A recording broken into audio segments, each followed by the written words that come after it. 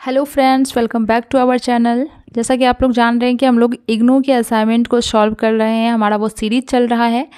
तो आज जो है हम लोग इग्नू के एमए के हिंदी लिटरेचर को सॉल्व कर रहे हैं। तो आज जो हम लोग सॉल्व कर रहे हैं वो एमएसडी 2 है। एमएसडी 2 का क्वेश्चन नंबर 5 का जो है ग, ये क्वेश्चन एमएसडी 2 का अंतिम प्रश्न है।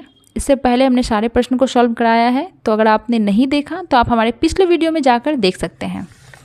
तो चलिए हम देखते हैं। ग, हमारे निज सुख दुख निश्वास तुम्हें केवल परिहास, तुम्हारी ही विधि पर विश्वास हमारा चेर आश्वास। आए अनंत हतकम तुम्हारा अविरत स्पंदन, सृष्टि शिराओं में संचारित करता जीवन। खोल जगत के सत सत नक्षत्रों से लोचन, भेदन करते अहंकार तुम जग का छन छन। सत्य तुम्हारी राय शिष्ट सम्मुख नत्र त्रिभुवन, भूप अंकीचन अटल शास्त्र नित्य करते पालन। उत्तर है संदर्भ व प्रसंग। प्रस्तुत पदांश प्रकृति के सुकुमार कवि और छायावाद के आधार स्तंभ सुमित्रानंदन पंत की पल्लव नामक काव्य संग्रह में संकलित सुप्रसिद्ध कविता परिवर्तना से अवतरित है।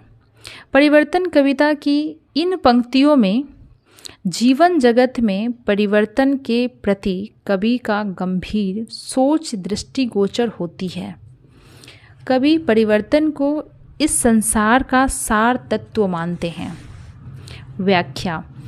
उपयुक्त पंक्तियों के माध्यम से कवि कहना चाहते हैं कि हे परिवर्तन, तुम यह सब जो कर रहे हो वह हमारे लिए निजी रूप से सुख और दुख यानी सुख दुख और विश्वास है, जबकि तुम्हारे लिए ये केवल परिहास है। परंतु हम तुम्हारे इस विधि जिसमें सृजन और संहार दोनों समाहित हैं, इन पर ही विश्वास करते हुए आज तक चलते आए हैं। हे परिवर्तन, तुम अनंत हो, हृदय को कंपायमान करने वाले हो। निरंतर इस संसार में तुम्हारा स्पंदन विद्यमान है। सृष्टि के कण-कण में तुम जीवन का संचार करते हो।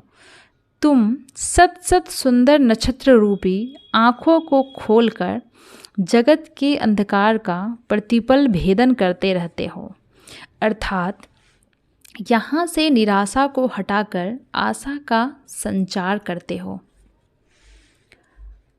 तुम्हारा राजदंड रूपी अनुशासन ही सत्य है। यही कारण है कि तीनों लोग तुम्हारे सम्मुख शीश झुकाते हैं। राजा भी तुच्छ प्राणियों की तरह तुम्हारे सम्मुख शीश झुकाते हैं। हे परिवर्तन, सभी तुम्हारे अनुशासन रूपी अटल नियम का निरंतर पालन करते हैं। विशेष। पहला है उपयुक्त पंक्तियाँ परिवर्तन के शाश्वत सत्य को परिलक्षित करती है।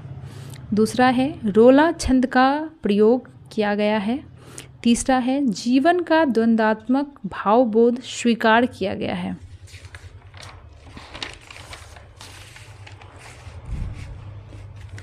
चौथा है भाषा तत्सम प्रधान, भाव विव्यक्ति प्रखर एवं नवीन प्रतीक का प्रयोग। पांचवा, जीवन जगत के लिए परिवर्तन की महत्ता को प्रतिष्ठित किया गया है। प्रासंगिकता।